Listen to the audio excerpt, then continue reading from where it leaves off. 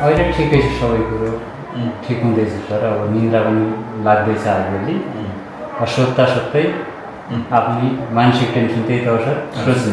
अब भएको जीवनलाई त स्वस्थ रूपमा हामीले बचाउनु पर्यो, हिँड्नु पर्यो नि त। अब त्यसको लागि चाहिँ के गर्न सक्छु जस्तो लाग्छ हजुरलाई चाहिँ आफू चाहिँ? ठिकै छ, अब चलिराखेको छ जिन्दगी सर, गरिराखेका छौँ आफूलाई। पहिला त अब आफू स्वस्थ रहनु पर्यो नि त होइन? त्यो स्वस्थ रहनको लागि अब नियमित परामर्शमा आउने कुराहरू भयो, औषधि खाने कुराहरू भयो होइन? अब उपचार जस्तै तपाईँ अब गोलपाटामा हुनुहुन्छ, परामर्श दिनुहुन्छ, औषधि खानुहुन्छ, त्यो चाहिँ म नियमित दिन्छु भन्नेमा हुनुहुन्छ कि दिँदैन? नियमित दिनु पऱ्यो सर। हजुर। अनि एकचोटि छोडेको थियो नि त, आज रिसाएको थियो होइन? अनि अहिले त्यस्तो तपाईँलाई त्यो मर्ने सोचहरू कतिको आउँछ? आजभोलि पनि आउँछ कि आउँदैन? के कारणले आउँदैन आजभोलि चाहिँ आउँदैन? आजभोलि अब बच्चाहरू, छोरी पनि अब ब्याचलर सक्दैछ होइन हजुर, क्लियर गरेर। छोरा पनि अब दुइटै ट्यालेन्ट छन् सर। एउटा अब कान्छोले 11को परीक्षा दियो सर। अनि जेठो भने अब साँपै राख्यो त्यो दाजुले।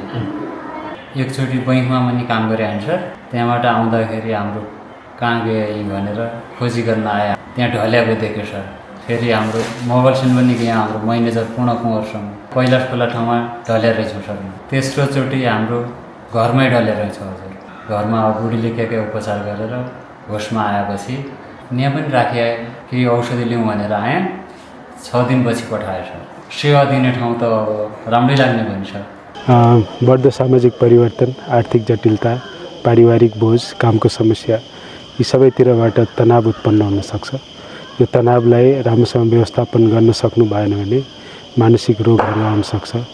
आफूले गरिरहेको सधैँ गरिरहने काममा गर्न नसक्ने जटिलताहरू आइरहेछ, सोचमा परिवर्तनहरू आइरहेको छ र आफूले गरिरहेको काम गर्न सकिरहनु भएको छैन भने तपाईँलाई पनि मानसिक समस्या आइरहेको हुनसक्छ। यसको लागि सुरुमै मनोसामाजिक परामर्शकर्तासँग कुरा गरेर आफ्नो समस्याहरू भर्न सक्नुभयो भने समयमै औषधिहरू पाएर ठिक हुन सक्नुहुनेछ। बैलपाटा प्रादेशिक अस्पताल, यसमा हामीले मानसिक समस्याको लागि छुट्टै कार्यक्रमहरू ल्याएका छौँ। हामीसँग 2 जना मनोसामाजिक परामर्श हुनुहुन्छ। इन्डाइरेक्ट रूपमा टेलिसाइकियाट्री अथवा टेलिमेडिसिनबाट विशेषज्ञ परामर्श सेवाहरू पनि लिइरहेका छौँ। बिरामीको लागि फलोअप गर्नलाई, घर भिजिट गर्नको लागि समुदायसँग बसेर पनि हामीले सहकार्य गरिरहेका छौँ। आफूलाई त्यस्तो केही समस्या छ भने बैलपाटा अस्पताल आउनुहोस्।